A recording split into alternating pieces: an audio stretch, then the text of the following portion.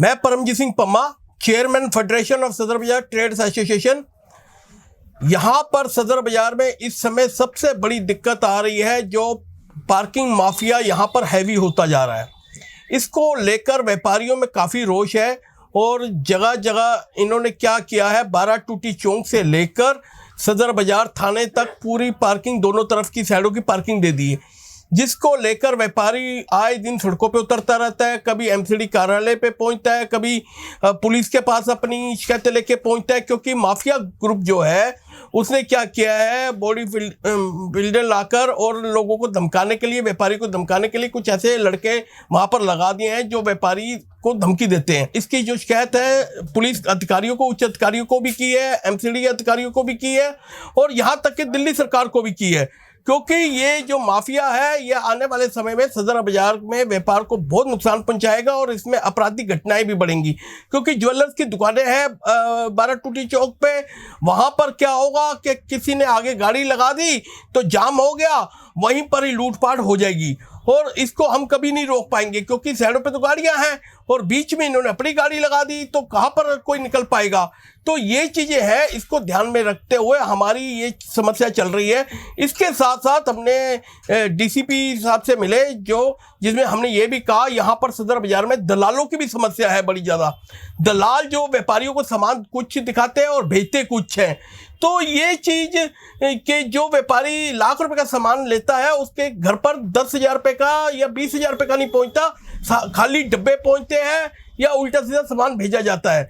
तो ये चीज़ें हमारे यहाँ पर बहुत ज़्यादा हो चुकी है सदर बाजार में, और इसके लिए फेडरेशन पूरी तरह से लोगों में जागृति भी ला रही है। कोई भी दलालों के जरिए माल ना खरीदे और जहाँ पर भी लगता है उनके साथ कोई गलत है उसके खिलाफ FIR लिखवाए, क्योंकि ये जो अपराध है ये ऐसा अपराध है जिसमें आप समझिए कि ठगी का तो है ही है, लोगों को मानसिक अपराध भी है।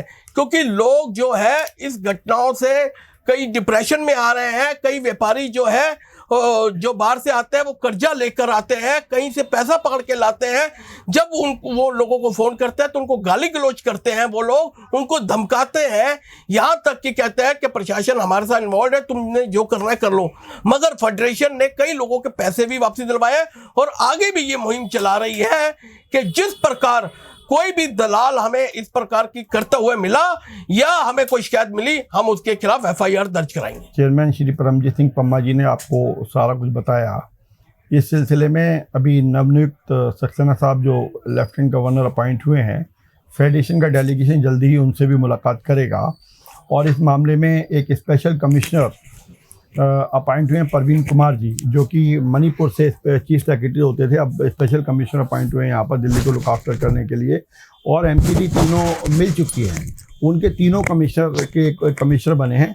हमारा डेलीगेशन उनसे मिलेगा। इसमें हमने उप महापौर पहले जो जयप्रकाश JP जी होते थे, हमने उनसे भी मुलाकात की और उन्हें समझाया कि हम सरकार के साथ हैं, लेकिन सरकार को व्यापारी के साथ होना चाहिए, व्यापारी के दर्द को समझना चाहिए।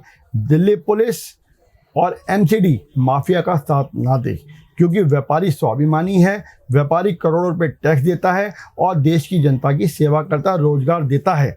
अगर आपने सोने का अंडा देने वाली मुर्गी को ख़त्म कर दिया तो करोड़ों लोग बेरोजगार हो जाएंगे, काम नहीं हो पाएगा और निश्चित तौर से आपराधिक प्रवृत्तियां बहुत बढ़ेंगी। हमारे यहाँ पर ज्वेलर्स एसोसिएशन की कम से कम 35 एक दुकानें हैं, वहाँ से 12 टूटी चौक से लेकर सदर थाने तक की उन्होंने पार्किंग अलॉट की। अब पार्किंग के लड़के कोई आइडेंटिफाई एजेंसी के नहीं है जी, वो क्रिमिनल ग्राउंड्स के भी हो सकते हैं। उनके पास कोई रिकॉर्ड नहीं है पार्किंग माफिया के पास कि उन्होंने किन लड़कों को रखा। उन लड़कों की दुकान में उनके पास निश्चित तौर से उन्हें पता है कि अगर ज्वेलर्स की दुकान में कोई आदमी एंट्री ले रहा है तो या तो उसके पास सोना बेचने आया है या सोना लेने आया है। दोनों ही केसेस में उसका पैसा है, तो आपराधिक प्रवृत्तियां बढ़ेंगी। और हमने जहां देखा है कि पार्किंग रोड पर अनकंट्रोल चली है, वहां पुलिस कंट्रोल करने में फेल रही है, MCD का कंट्रोल नहीं रहा है, कोई भी सत्ता कोई एसोसिएशन फेल रही है और वहाँ पे आपराधिक प्रवृत्तियां बढ़ी हैं। दुकानदार का लूटमार मची है, दुकानदार को चाकू दिखाए गए हैं, दुकानदार पर अटैक भी हुए हैं, क्योंकि वो पूरी तरीके से फुल डे अटैक करते हैं। यही दर्द हमने डीसीपी सागर सिंह कलसी साहब को और लेफ्टिनेंट गवर्नर को और एमसीडी के कमिश्नर साहब को हम बताएंगे, और निश्चित तौर से अगले हफ्ते में इस बात का सॉल्यूशन निकल पाएगा, ऐसी व्यापारिक वर्ग को पूरी तरह आशा है। हम लोग यही क्योंकि हमारा जो फेडरेशन है वो डिपार्टमेंट और व्यापारी के पूल के बीच में काम करती है, ताकि व्यापारी स्वाभिमान के साथ काम कर सके और सरकार को भी हमारे साथ कोऑर्डिनेट करने में कोई प्रॉब्लम ना आए। यही फेडरेशन का मकसद है और यही फेडरेशन की कार्यशैली। मैं कमल कुमार, महासचिव federation of Sadar Bazaar trades associations. जैसा कि मेरे सीनियर्स श्री यादव जी ने और श्री पम्मा जी ने बताया, सदर बाजार में इस समय जो मुख्य दो ज्वलंत समस्याएं हैं वो हैं पार्किंग की और दलालों की।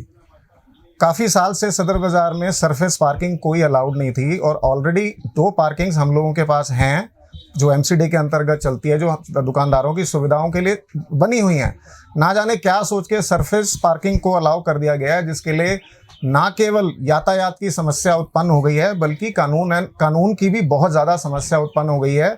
इन पार्किंग वालों ने जो कहते हैं बाउंसर टाइप लोगों को पार्किंग के लिए लगा दिया है। अगर किसी की गाड़ी 1 सेकंड या 2 सेकंड के लिए भी सड़क पे रुकती है तो ये उसको घेर लेते हैं और उस पर पार्किंग की पर्ची कटवाने का दबाव बनाते हैं, और इससे कई बार झगड़े की नौबत भी आ जाती है।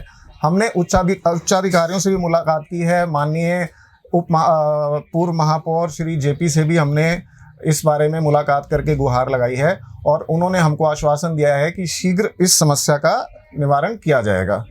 दूसरी समस्या रही दलालों की। दलालों ने आजकल नया मोडस ऑपरेंडी है, ये यूट्यूब पे अपने वीडियोस डाल देते हैं, और कुछ लोगों को इन्होंने हायर भी किया हुआ है जो पैसे लेके यूट्यूब पे इनकी तारीफ में वीडियोस झूठे डाल दिए जाते हैं, जिसमें कस्टमर को सस्ते में सामान देने का वादा किया जाता है।